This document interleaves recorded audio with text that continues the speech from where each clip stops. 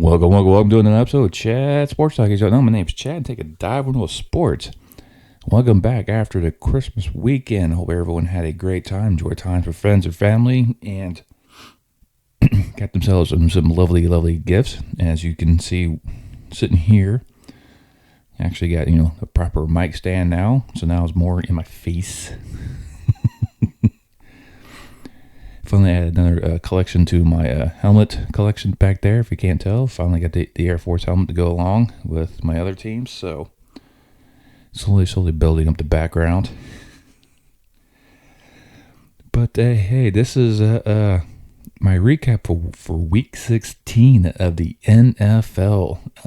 We didn't see any postponements of games due to the new testing procedures the NFL put in place.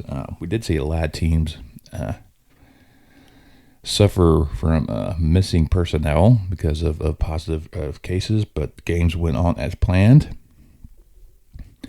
And let's go ahead and kick off with the final Thursday night game of the NFL season. That's right, no more Thursday night games. So this is a little weird one, but we have to Nashville. We had the 49ers visit the Titans. Both these teams are looking to make some decent playoff pushes. So 49ers right in that mix for that that wild card for the number 6-7 seed, and Tennessee is actually trying to lock up the South, or at least get a more commanding lead in the South away from the Colts, who are coming on strong right now. And in the early on, it was a 49ers had a commanding lead, 10-0 at the half, leading the banged up Titans, but their tenacity came through. They clamped down the 49ers at the second half. 49ers couldn't do anything to generate points, and the Titans just scrolled past and beat San Francisco 20-17 to take a little bit more commanding lead in that AFC South. Now, in order for the Titans to clinch their playoff position, they had to, or clinch the division, they had to have the Colts lose in Arizona.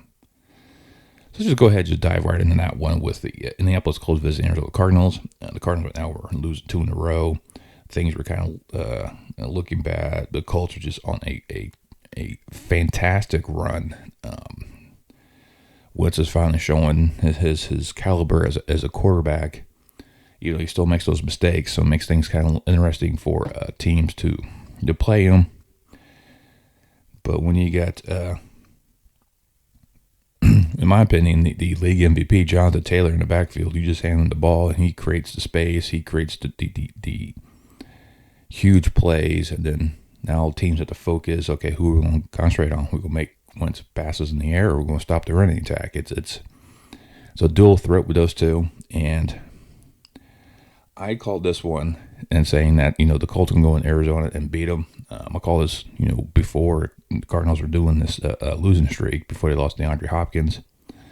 Since they lost DeAndre Hopkins, no one's really stepped up to the role to replace him as the number one receiver. You got AJ Green, you got Hurts. It's not.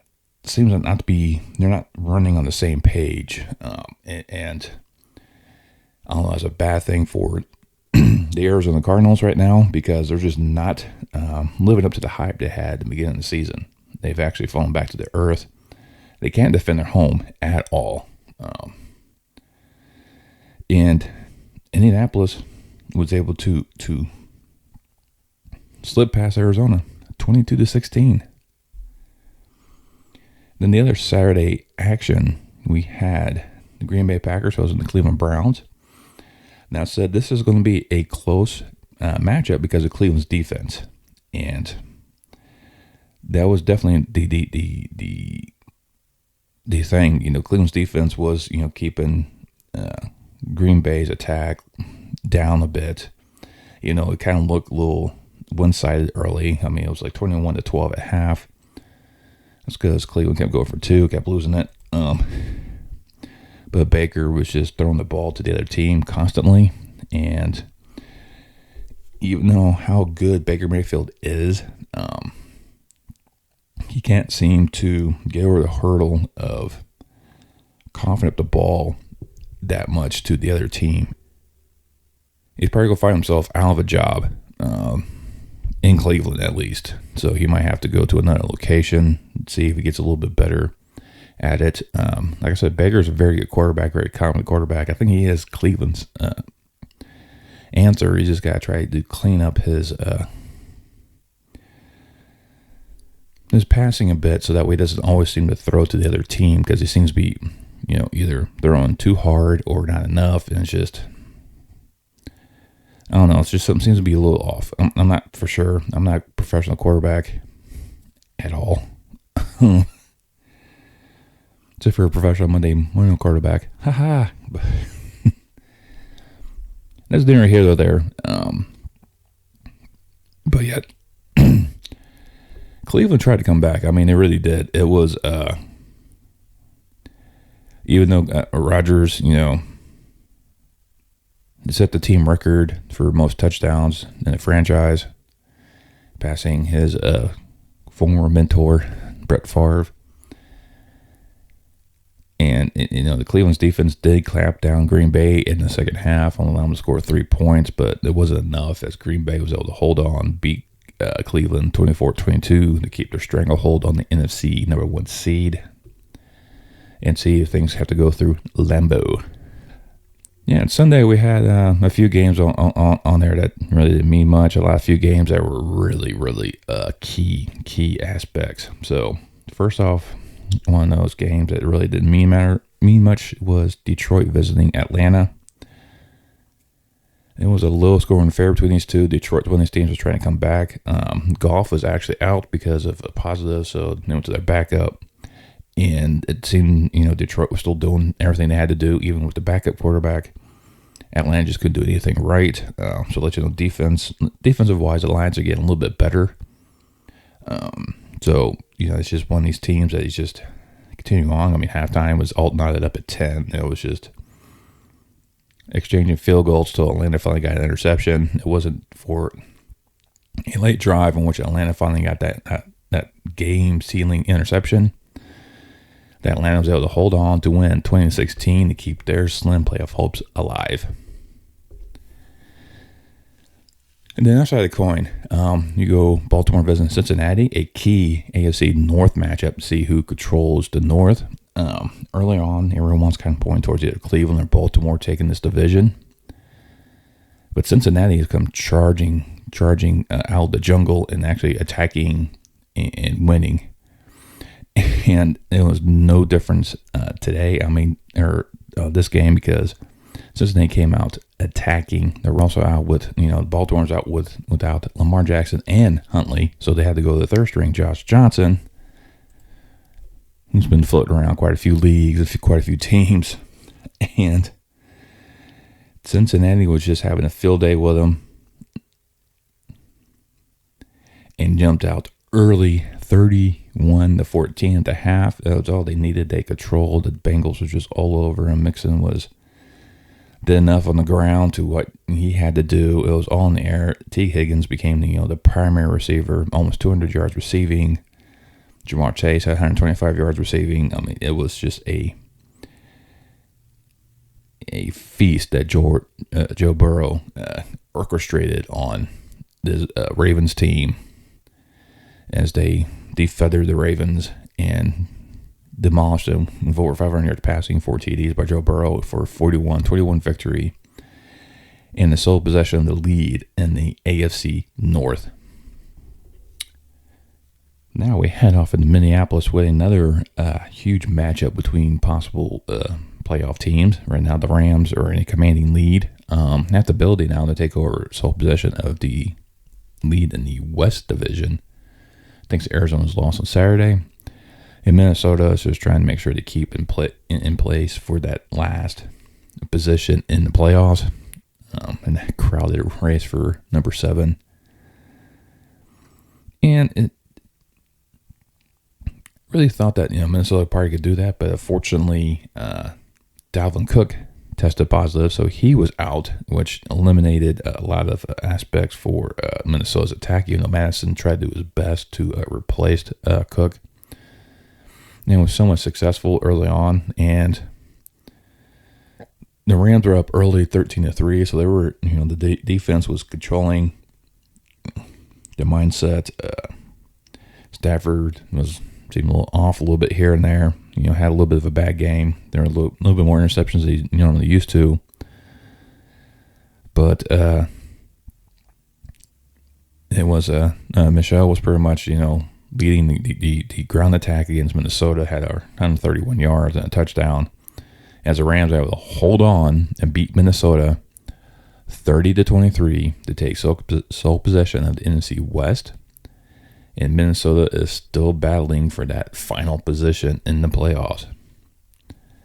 Then we had to New England for the rematch of the Gust Bowl between the Bills and the Patriots. And last week, the Colts kind of exposed the Patriots. And I don't know if it's going to be the same concept, but I know with the weather not being a factor, that this is going to be a different Bills team coming in.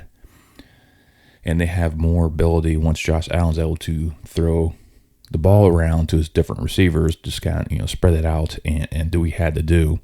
And that's what it was. He was able to pick them apart through the air with his feet even. He's not a easy quarterback take down. He doesn't do slides. Probably makes coaches a little antsy when he just goes in and takes on, those safeties. But he did everything they needed to do. They ensured they had that pretty much game-sealing drive towards the end of the game. Josh Allen had 314 yards in the air, 3 touchdowns, as the Buffalo Bills went back on top of the AFC East, beating New England 33-21 and giving New England a losing record at home, which is like the second time ever under the Belichick era. Then we had to MetLife, where the Jets were playing host to the Jaguars. Number 1 pick versus number 2 pick. Who's going to come out top? Both of these quarterbacks are in bad positions. These teams are not very well structured for them to move forward. We already know Jacksonville's coaching issues, so they're going to be looking for a new coach. Maybe actually get some help on the offensive line. Maybe a good receiver, running back for them. Jacksonville's defense actually somewhat good, maybe a piece or two there, and Jacksonville should be pretty good within the next year or two. For the Jets, there are signs of things coming. Maybe they need to get a better receiver themselves. Definitely a better line to help protect Zach Wilson. But this is a epic showdown between these two young quarterbacks. These quarterbacks have bright futures. You have to get the right pieces around them to really help them elevate their game to be the true stars in the future of the NFL. Zach Wilson had a 52-yard run for a touchdown. He was doing it with his legs. Trevor Lawrence was doing very good. He had 280 yards in the air, but no touchdowns. As the Jets were able to hold on, beat the Jaguars 26-21. Then the city of brotherly love, Philadelphia, was playing host to the Giants in a NFC East rivalry showdown. The Giants have already shut down Daniel Jones for the rest of the season, so I think the Giants are just trying to test out Glennon and Fromm to see who's going to be the backup, maybe possibly moving on. But early on, this was a very terrible game. But the Eagles, they started off super, super slow. And, it was having to be the defense was struggling the Giants. And it was just a lame duck first half for the Eagles at 3-3. But second half, they came out. Hurst actually almost had 200 yards passing through the day, with 2 of them being touchdowns.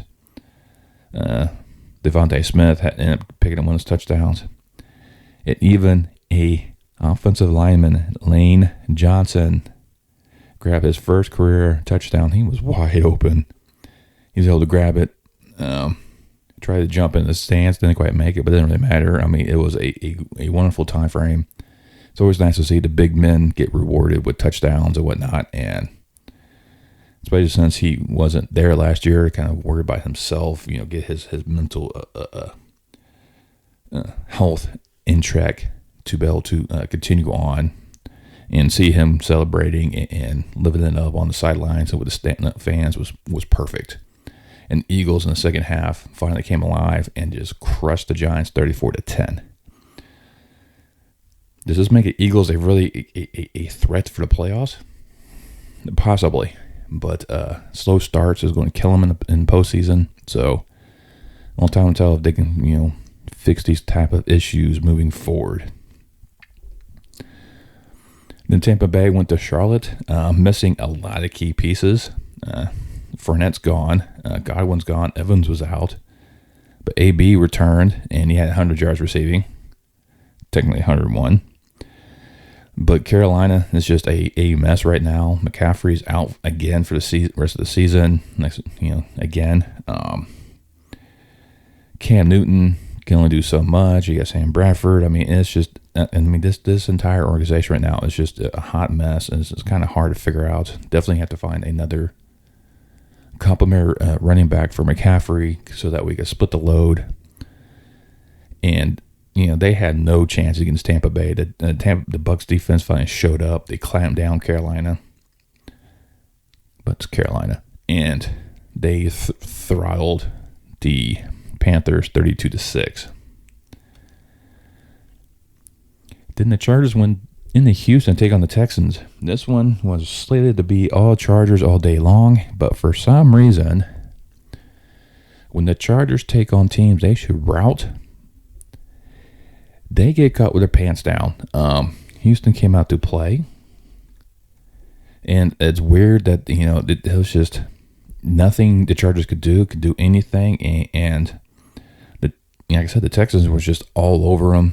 It was just interceptions that Herbert doesn't really throw, and it was just weird. Burkhead had almost like a career game, almost 150 yards, 2 touchdowns on the ground, and the Texans surprised the Chargers 41-29, really hampering the Chargers right now postseason wise.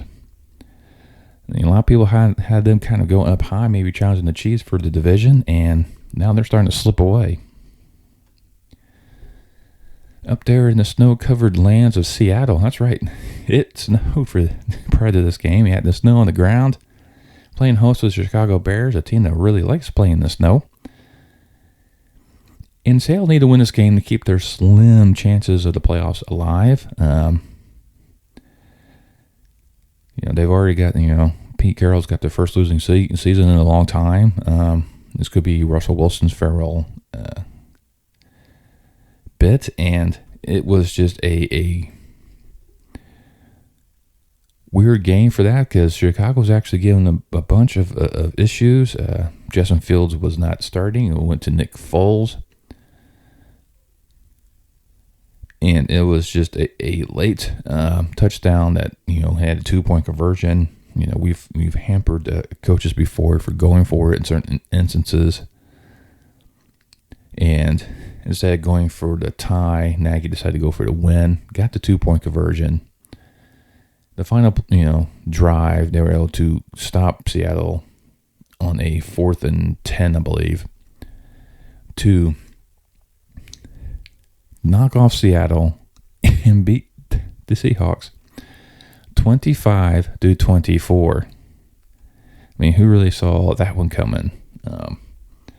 Me as a Bears fan, I didn't, but hats off to the Bears for getting another win and to get another kind of easy game against the Giants next week. Then we head into Kansas City, where the Chiefs are playing host to the Steelers, and I don't know. The Chiefs were Tyreek Hill and Kelsey both tested positive early, but Hill was able to get back in time, but not Kelsey. It didn't matter. Other receivers actually stepped up to the plate. The offensive line is really starting to gel together and protect Mahomes. Mahomes feels more comfortable in the pocket. He has times to throw. He does not trying to rush and do things like he did earlier in the season. And he's doing more things that he's capable of doing and being a true threat to other NFL defenses. TJ Watt was limited in action, which kind of, defanged the Steelers' defense a little bit. And it was Chiefs early and often.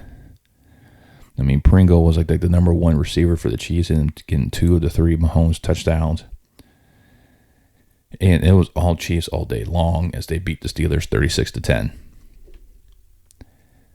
Then we head out to Las Vegas, where the Raiders are playing host to the Broncos. And this was a matchup between AFC West teams to find out who's going to maybe get their playoff, increase their chances for the playoffs. It wasn't an elimination game, really, for neither one of them. So it's not only one game separating them. Whoever won this matchup, and Denver was out. Bridgewater, he was out so going back to Drew Lock, and he was doing his darndest to try and get things going. I mean, Denver had an early lead, 13-7 at the end of the half. But, it was, Las Vegas did what they had to do to continue to push. Jacobs had almost 130 yards on the ground. Carr, 200 ones in the air with a touchdown. That went to Winfro. And the Raiders did what they had to do to knock off the Broncos 17-13 to increase their playoff chances.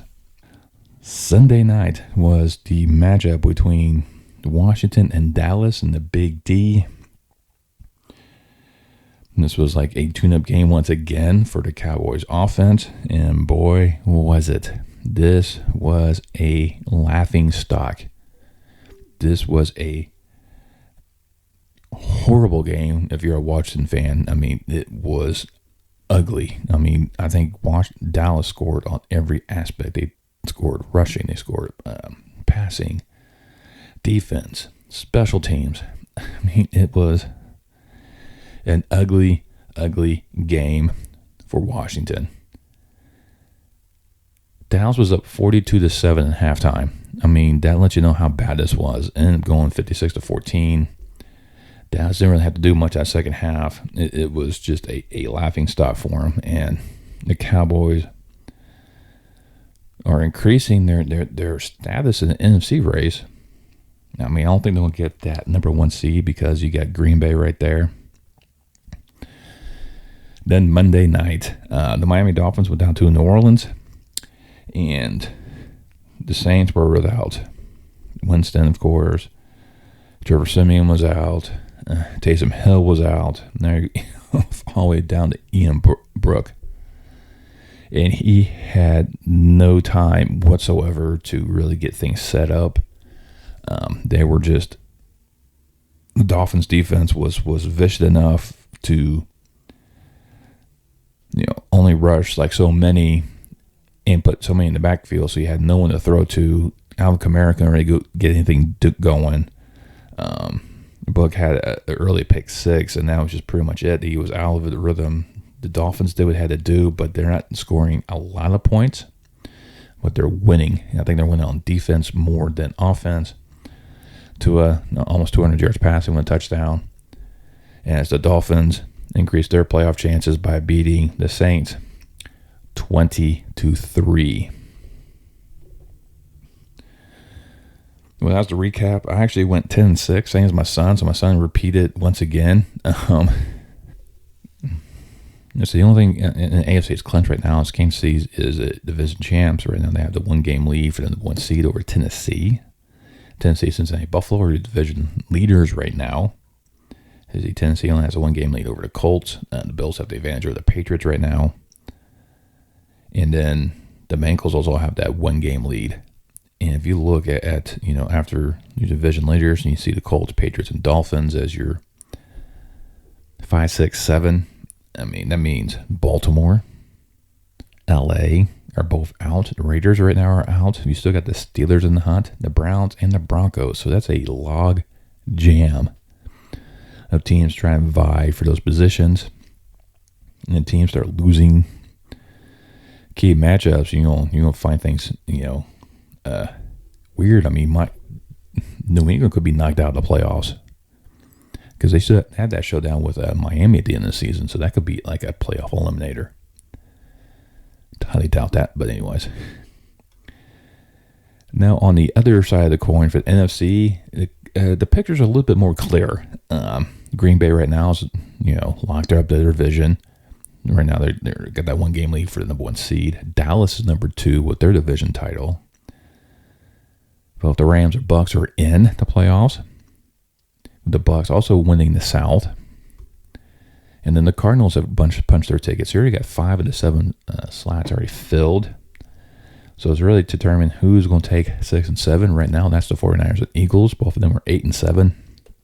But then you look at the teams behind them. You still got Minnesota. You got Atlanta. You got New Orleans. Technically, you still got Washington. But I think Washington's going to find themselves out here very shortly. And more teams are more eliminated in the NFC than the AFC. But, the field for those last 2 positions are getting narrower. And I think it's going to be a race between either the 49ers, Eagles, and the Vikings for those last 2 spots. I think Atlanta, New Orleans, and Washington's going to find themselves out very shortly, but there's going to be a lot of scenarios happening next weekend. I can't wait for it.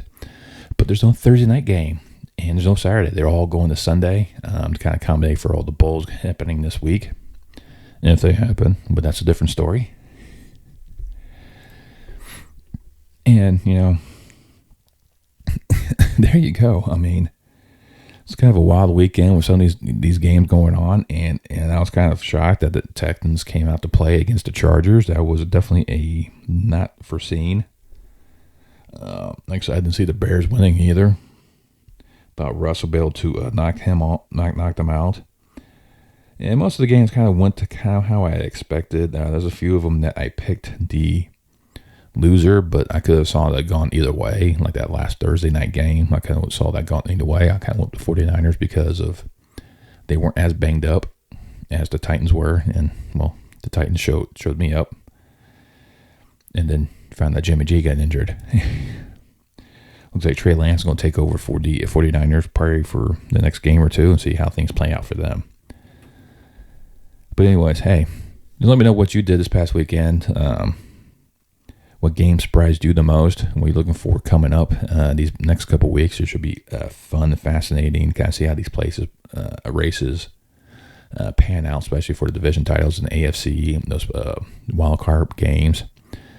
It's going to be a wild, crazy 2 weeks coming up. Can't wait for it.